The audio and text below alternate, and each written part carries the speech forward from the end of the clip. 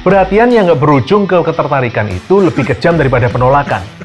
Mau nggak tahu caranya bikin pasar kesengsem dan akhirnya memilih kamu? Yuk belajar di dalam waktu di bawah 10 menit.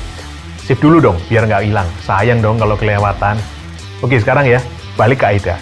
Kita udah kupas bagian A yang pertama, attention. Bagaimana caranya narik perhatian pasar. Sekarang saatnya kita pindah ke bagian yang kedua, interest.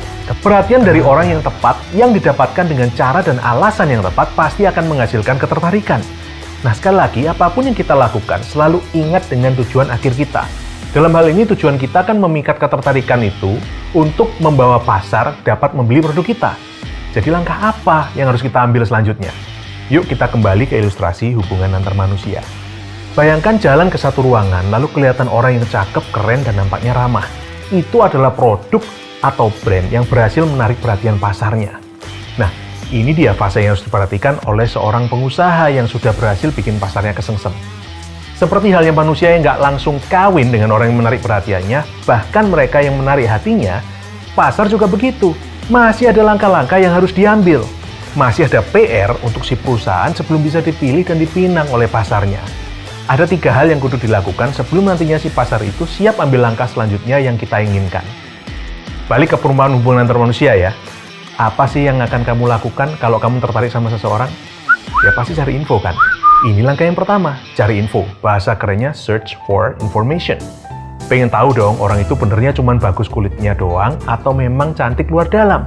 Pengen tahu dong orang ini kelihatannya ganteng dan baik, tapi kalau benerannya itu baik beneran atau psycho, suka mukulin orang. Iya kan? Nah, penting banget untuk sebuah perusahaan bisa menyediakan tempat yang baik untuk pasar bisa mencari info yang lengkap tentang dirinya. Info yang nantinya akan semakin memantapkan ketertarikan pasar kepada kita. Oh ya, ini semua, setiap langkah, akan kita jelaskan secara lebih mendetail di posting-posting selanjutnya ya. Sekarang lanjut dulu. Nah, dari pencarian informasi itu, yang diharapkan kan ada langkah yang kedua, yaitu suka. Bahasa kerennya, liking. Dalam fase ini biasanya pasar udah ada perasaan cocok, merasa permasalahannya bisa terpecahkan dengan baik oleh kita. Intinya mereka sudah merasa bahwa solusi yang kita tawarkan pas dengan problem yang mereka punya. Ibaratnya kalau hubungan romantis, pasar yang pengen punya keluarga yang hidup tenang dan mapan, sudah suka sama solusi kita yang ngomong bahwa kita bisa memberikan kestabilan pendapatan dan pertumbuhan dalam karir yang bagus. Perlu diingat, umumnya di sini pasar merasa cocok dengan solusimu, tapi masih perlu waktu lebih untuk memastikan bahwa mereka sudah pas untuk memilih kamunya. Lalu kita kudu ngapain? Pastikan setiap informasi yang kita sajikan tuh bisa menjawab keraguan pasar. Bisa membuat mereka melihat, kenapa ya kok solusi yang kita sajikan ini benar-benar yang terbaik untuk masalah mereka. Saingan yang kamu hadapi adalah pemecahan-pemecahan jenis yang lain. Misalnya ya, untuk pasar yang ingin hidup mapan dan tenang, pemecahanmu adalah kamu yang pekerja keras, cerdas, dan cinta keluarga.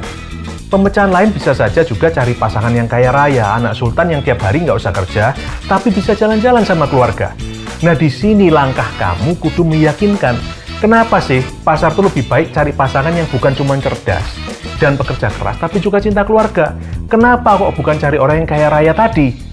Perlu pesan-pesan yang konsisten yang menunjukkan permasalahan pasar dan bagaimana pemecahan kita ini bisa membereskan semua problem itu dengan brilian. Sekarang langkah yang terakhir, langkah yang ketiga, jadi favorit. Bahasa kerennya preference. Nah, di fase ini biasanya pasar mulai cari-cari nih orang-orang lain yang bisa memberikan solusi serupa dengan kita, membandingkan alternatif yang ada sebelum akhirnya menjatuhkan pilihan. Nah, ini kalau hubungan manusia di sini, pasar sudah ngumpulin nih orang-orang calon-calon yang sama-sama cerdas, pekerja keras, dan cinta keluarga.